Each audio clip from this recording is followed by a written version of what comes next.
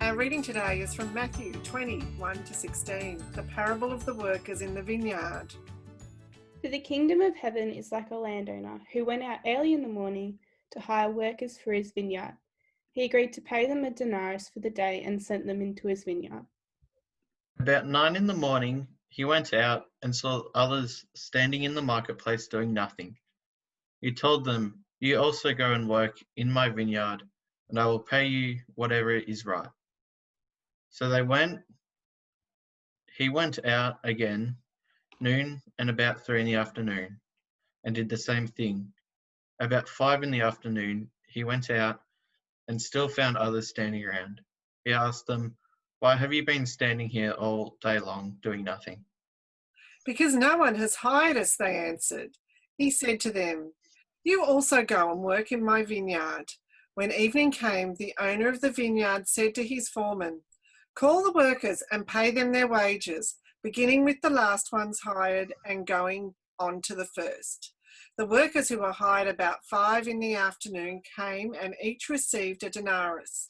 So when those who were hired first, they expected to receive more. But each one of them also received a denarius. When they received it, they began to grumble against the landowner.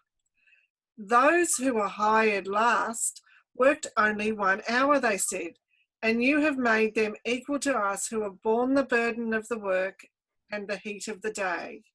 But he answered, one of them, "I am not being unfair to you, friend. Didn't you agree to work for denarius? Take your pay and go. I want to give the one who was hired last the same as I gave you. Don't I have the right to do what I want with my money? Or are you envious because I am generous? So the last will be first and the first will be last." This is the word of the Lord. Thanks be to God. And everyone...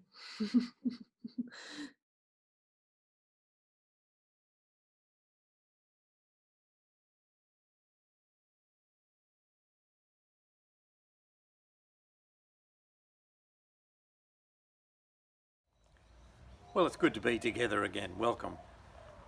There's been a lot of debate and argument about what's fair, what's just, especially as we're continuing in lockdown and wondering when we'll get out. And some worrying that it's not fair that they have to wear masks, or not fair that they have to stay home. I think we have a sense of what's fair and what's just right from a very early age. I think can remember being very young and having a very pronounced sense of justice. We had to have exactly the same as everyone else. There was one time I was thinking about it because we had strawberries are so plentiful at the moment, and they sure weren't when I was young. And we had a rare treat one time. Mum had bought strawberries as a special dessert just for us kids. She and Dad ate later when Dad had got home, and she didn't keep any strawberries for them, so she gave it just for us kids. Well, we looked at the strawberries, and I was sure my sister had more strawberries than me, and she was sure that I had more than them. And we got into a pretty ding-dong argument about who had the most strawberries. And all of a sudden I looked round, and my mother had burst into tears and run out of the room, and I had no idea why. Well, I can understand why now. Mum was acting not out of justice or fairness, but out of love. She was giving us strawberries even though she and Dad would have none. She was not too worried about whether we had exactly the same. She knew that we would have enough. Well, it's something like that Jesus was trying to teach people in the story about the workers in the vineyard.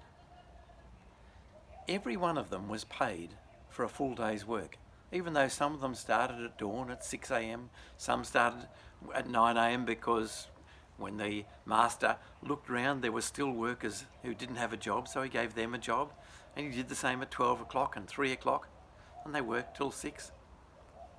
And all were given a full day's pay, what they'd agreed on.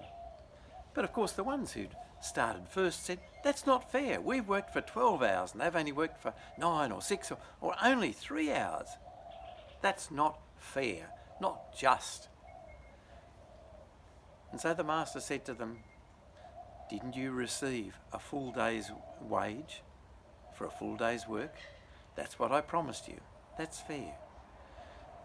What I gave to the others, I gave because I was generous, not because it was just.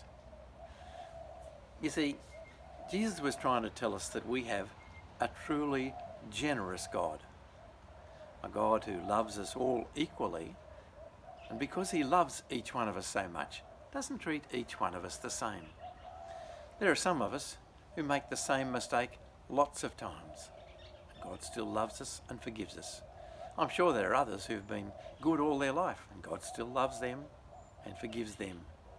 But God loves us regardless of how long we've been working, how hard we've been working, or how good we are. It's just a matter of undeserved grace. Now, justice is important. We need justice in our world. When we look around the world and see places where there's no justice, it's a terrible situation. But justice is only the foundation, the bedrock. We need justice so that people will be treated at least fairly. And we object when we can see that things don't seem to be just. When I see the Minister for Home Affairs, for example, arguing so strongly that it's really not fair that people can't cross the border when they have a compassionate need to go to a funeral. And yet, there we have others who we put imprisoned in detention camps for year upon year, but we don't feel compassion for them. Doesn't seem fair to me, might to somebody else, but not to me. And we need to do more than just the strict letter of the law.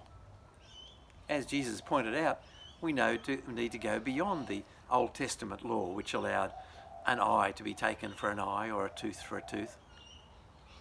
Martin Luther King pointed out, if we do an eye for an eye and a tooth for a tooth, we will be a blind and toothless nation. Unless we break that cycle of hate and revenge, we can never find peace and be free. We need to have justice, but go beyond justice. Justice and fairness are good, but love goes beyond, above that justice and fairness, to care for all people. So, for those who are worried so much about having to wear a mask or staying inside, and you think it's your right to do those things, think more, not just about your right, but about others' rights. And think about what love asks you to do. And so maybe love asks us to go beyond thinking about just my rights, what I'm entitled to think about what's best for others.